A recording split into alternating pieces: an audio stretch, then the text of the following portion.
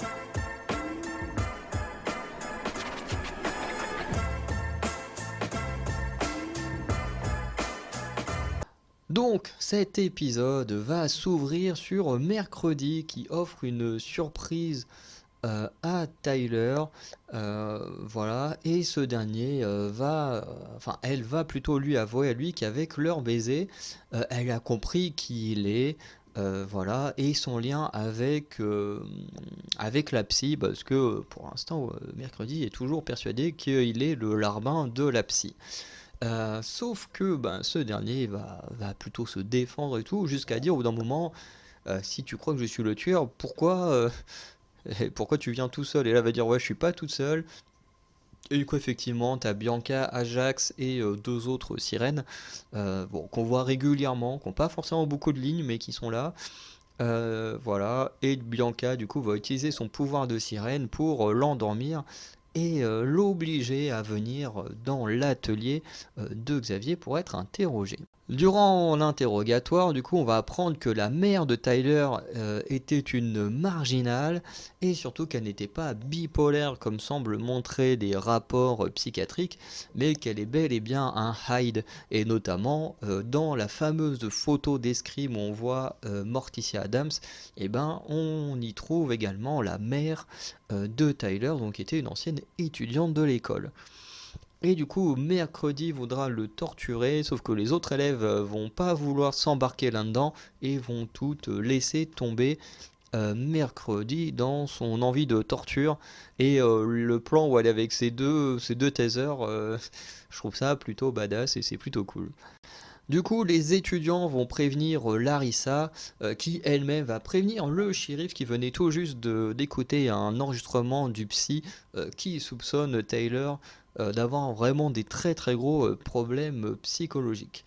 Du coup, voilà, le shérif va pas porter plainte pour enlèvement envers son fils, voilà, mais Tyler lui va faire un truc très discrètement. Alors moi j'aurais pas fait ça dans un établissement de police, sachant qu'il y a une policière juste à côté qui n'est pas dans un bureau, qui techniquement a tout entendu vu de la façon qu'il parle, bref. Mais Tyler va avouer tout à mercredi en lui disant notamment qu'au début, qu'au début, dans ses transformations, il ne se souvenait de rien, mais qu'avec le temps, il a fini par avoir des souvenirs, des cris de terreur et tout de ses victimes, et surtout qu'il adorait ça, et qu'elle n'est pas prête à ce qui va bientôt arriver, et ensuite il va faire semblant de pleurer pour faire croire aux policiers qu'il est vraiment triste et tout, alors qu'il vient tout de la menacer. Bref, un bon petit psychopathe ce gamin. Du coup, pour ses actions, mercredi va être définitivement renvoyé de l'académie par Larissa, qui avait bien prévenu après le coup où ils ont fait, enfin, où avec Tyler et Enid, et ensuite rejoint par Xavier, où ils avaient été dans la maison de Laurel Gates. On lui avait prévenu que c'était sa dernière chance, qu'elle ne devait plus faire un pas de côté, et forcément, là, avec l'enlèvement de Tyler, voilà, c'est la goutte de trop, et elle est renvoyée. Du coup, elle ira voir Xavier dans sa cellule pour lui demander de l'aide, puisqu'elle sait du coup désormais que ce n'est pas lui le Hyde, mais ce dernier va refuser puisqu'elle a totalement détruit sa vie, et va notamment lui dire que si tu veux nous sauver, sois pas là quoi. Si ce qu'il y a sur le dessin c'est censé arriver, dégage de nos vies et puis techniquement on sera sauvé. D'une certaine manière, quand on comprend le rituel, comment tout fonctionne, effectivement une fois qu'elle est plus là, il n'y a plus de problème. Ensuite, Enid et Mercredi vont faire leurs adieux et vont se dire qu'elles ne s'oublieront jamais. Même si c'est un peu particulier du côté de Mercredi, et j'ai bien aimé parce qu'elle va lui dire qu'elle pensera à elle dans certaines occasions, notamment quand elle écoutera de la pop.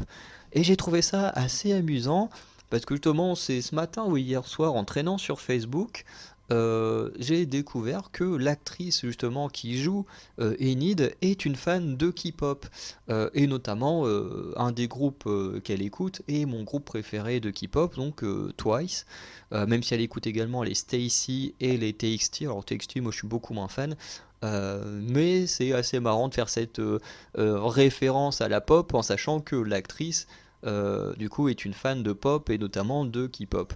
Donc j'ai trouvé ça plutôt marrant en sachant tout le, les mauvaises critiques qu'il peut y avoir autour de la K-pop aux États-Unis. Voilà, j'ai trouvé que la remarque était plutôt amusante. On a également la chose qui va faire ses adieux à Enid. Ensuite, Enid va également, enfin, entre deux, Enid va avouer à Mercredi qu'elle est au courant maintenant qu'Eugène est réveillé.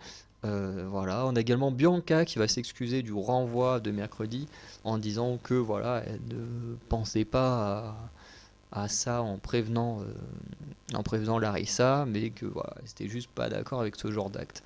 Et du coup, Mercredi va accepter la chose, mais en la prévenant quand même que Lord des Belladone doit se tenir prêt au danger qui peut arriver. Par la suite, du coup, Mercredi ira voir Eugène, qui lui racontera un peu les flashs qu'il a eu pendant cette nuit à la grotte, et notamment, il veut dire qu'au début, il pensait que la personne était tout en noir et tout, mais que pendant le flash où la grotte a pris feu, les bottes de la personne n'étaient pas noires, mais rouges. Et donc, ma théorie de l'épisode précédent était bonne. La personne qui contrôle Tyler, c'est bel et bien le professeur Thornhill, donc la prof Normie, voilà, qui fait semblant d'aimer Mercredi et tout ça. Et du coup, ma théorie en me basant sur les séries, enfin sur la saga Scream était bonne. Du coup, la prof est bel et bien Laurel Gates. Voilà. Et du coup, forcément, Mercredi va aller voir Laurel Gates, qui prépare une mixture un peu chelou, comme celle que possédait Garrett, du coup son frère, à base de belladone. Et du coup, Mercredi va dire oui, Tyler t'a balancé, machin. Du coup, Laurel elle va faire son discours de méchant en pensant détenir Mercredi, jusqu'à se rendre compte que finalement, ce n'est pas Tyler, mais la directrice qui a pris l'apparence de Tyler. Sauf que du coup, Laurel va tuer la directrice en lui injectant de la belladone dans le cou. Et voilà. Et du coup, elle va assommer Mercredi et la kidnapper. Donc on a ensuite la chose et Eugène qui de manière différente, vont prévenir Enid que Mercredi a des problèmes. Eugène prévenant que Mercredi est allé voir la prof euh, parce que c'est elle la coupable de toute cette histoire. Voilà. Et la chose qui, lui, bah, du coup, a vu tout ce qui s'est passé, donc prévient également Enid par la même occasion. Voilà. Et on apprend que Laurel, du coup, est une descendante de Joseph Craxton, chose auquel je pas forcément que je m'attendais. Moi, je pensais que c'était plutôt Tyler et sa mère qui étaient des descendants de Craxton. Au final, c'est la prof qui est descendante de Joseph Craxton. Mais voilà, là-dessus, j'ai fait une petite erreur. Mais je me doutais bien que dans l'histoire, il y avait bien quelqu'un qui était descendant de Craxton, forcément avec un autre nom, parce qu'avec les années, forcément, que je disais, avec les mariages et machin, on finit tous par changer de nom. Mais quand je me doutais qu'un des méchants était un descendant de Craxton, j'ai parié sur le mauvais cheval, mais j'avais bien raison que l'un des méchants était son descendant. Et du coup, Laurel nous dit qu'elle le voit comme un visionnaire dans sa quête de protéger les normies contre les marginaux, de vouloir tous les tuer. Et elle va nous faire comprendre que grâce aux morceaux de cadavres récupérés, elle pense pouvoir ramener Craxton à la vie. Mais pour le ramener à la vie, il ne faut pas que ça, il faut des conditions particulières, notamment il faut que la pleine lune soit rouge, et il faut également le sang d'un descendant de Goody, du coup qui a scellé l'âme de Craxton. Donc du coup, c'est pour ça que tout le monde dit euh, que Mercredi est la clé. Et du coup, bah, grâce à ça, Laurel Gates va réussir à ramener Joseph Craxton à la vie pour qu'il élimine tous les marginaux de la Terre. Et il est pas très beau à voir. Franchement, il a une tête qui ferait flipper si on le croisait en pleine nuit de nos jours. Joseph Craxton va donc poignarder Mercredi en pensant que c'est Goody qui continue à le harceler, à le hanter malgré sa mort et du coup sa résurrection. Joseph a également un sceptre magique. Alors, on va revenir un peu sur Joseph après, parce que c'est une chose qui me dérange.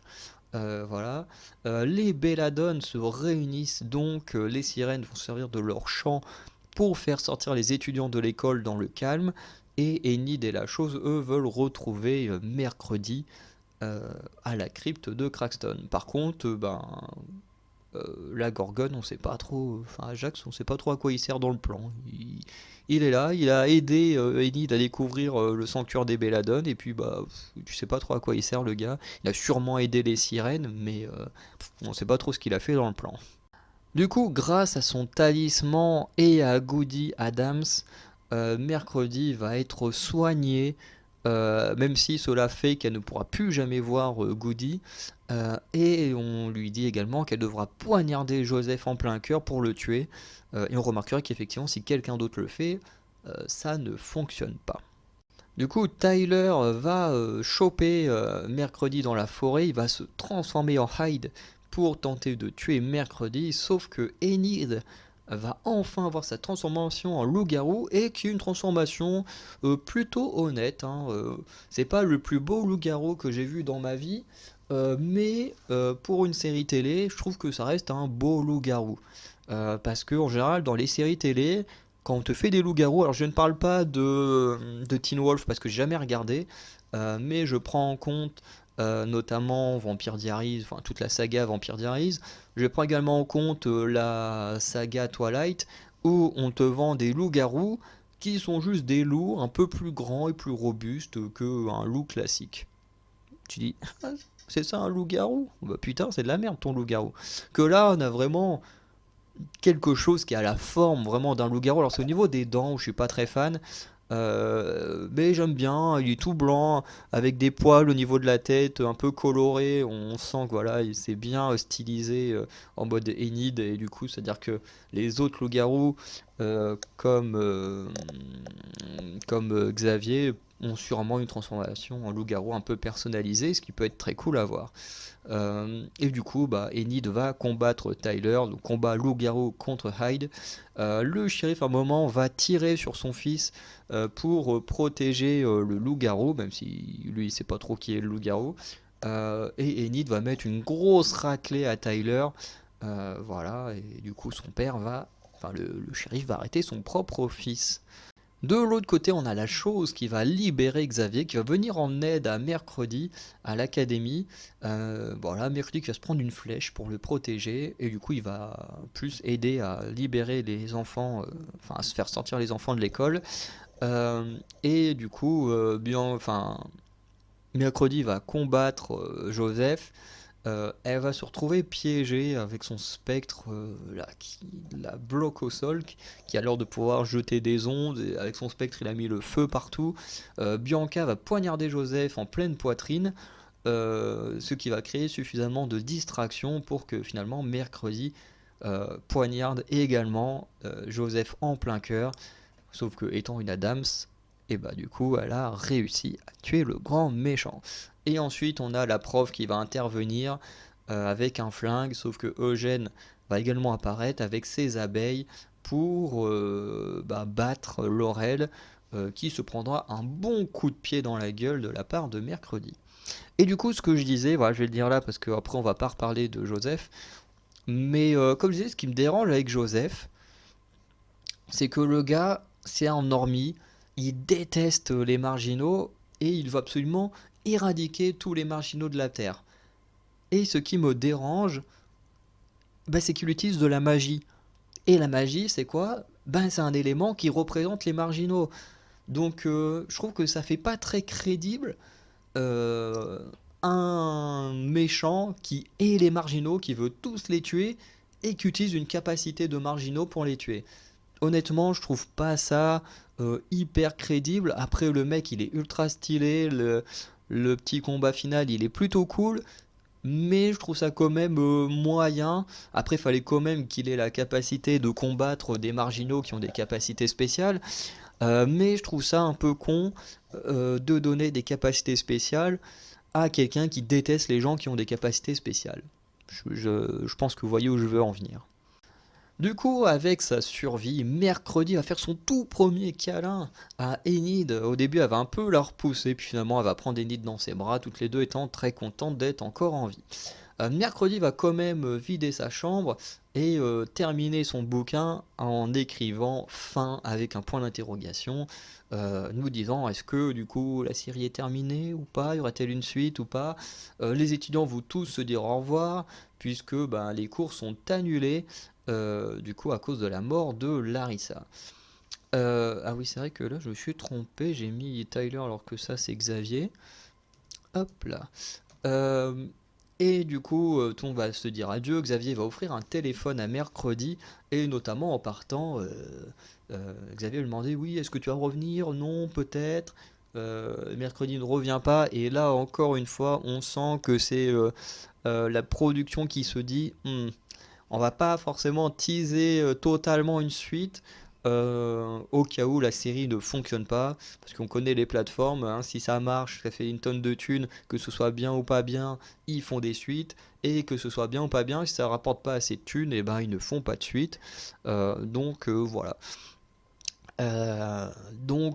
Ils essayent de dire d'un côté, oui, on n'est pas sûr de faire une suite, hein, parce que très clairement, le coup du end avec le point d'interrogation et le fait que Mercredi ne réponde pas réellement, oui, je reviens à l'académie, puisque tous les problèmes, même les prochains problèmes, s'il y a une suite, seront très certainement encore à Jericho. euh, voilà, elle ne dit pas clairement oui, je vais revenir pour dire oui, il y aura une saison 2. Même s'il y aura quand même un petit peu de teasing, parce que notamment dans le retour vers sa famille, Mercredi va ou allumer ce téléphone dont elle va recevoir des messages d'une personne inconnue qui vont lui envoyer des messages, enfin deux photos, une où Mercredi est avec Tyler, une où elle est avec Xavier et où c'est marqué je te surveille, et notamment il y a un petit gif de Mercredi Adams avec un couteau dans le crâne. Alors tu te dis comment il peut y avoir un gif de Mercredi Adams dans la série Mercredi. C'est une très bonne question, ça, hein, parce que nous, dans la vraie vie, c'est normal que ça existe, puisque c'est un personnage de la culture pop, mais je veux dire, tu fais pas. Je veux dire, une personne qui fait des emojis ou des gifs ne va pas en faire d'une personne qu'il ne connaît pas, et surtout d'une personne qui fout la merde partout. Bref. C'est un petit détail, mais en tout cas, le gif est plutôt marrant. Et du coup, là, on comprend qu'il y a un petit teasing en mode quelqu'un était encore au plus haut placé que Laurel Gates et Tyler, qui étaient très certainement tous les deux manipulés par quelqu'un de bien plus vicieux et encore plus dangereux. Et du coup, la série se termine sur Tyler dans un fourgon de la police qui va commencer à se transformer en le Hyde. Bref, on essaye de, à la fois, en fait, c'est ce qui me dérange un peu dans cette fin, c'est que d'un côté on essaye de nous teaser une suite en mode, oui, on essaye quand même de vous donner des trucs pour vous dire, bah voilà, si ça a marché, vous aurez ça dans la suite, et en même temps on te donne des éléments en mode, oui, on n'est pas sûr de faire une suite parce que bah, si ça marche pas, on n'en fera pas. Donc la fin, je suis un peu mitigé entre ce truc en mode on tease un peu, en même temps on tease pas trop parce que si ça marche pas, ben voilà. Bref, c'est un peu dommage, mais la fin est plutôt bien.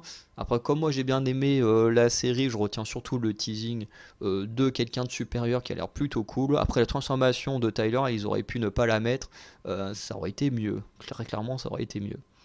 Bref, on va maintenant conclure cette vidéo. Donc, ça a été un plaisir pour moi de faire toutes ces vidéos sur Mercredi, qui pour moi est une très bonne série. Finalement, j'ai beaucoup aimé.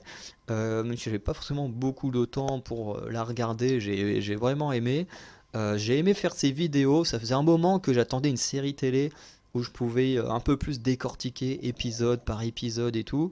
Voilà. Donc maintenant que c'est fait, bah, je vais pouvoir en faire d'autres et du coup je suis très content.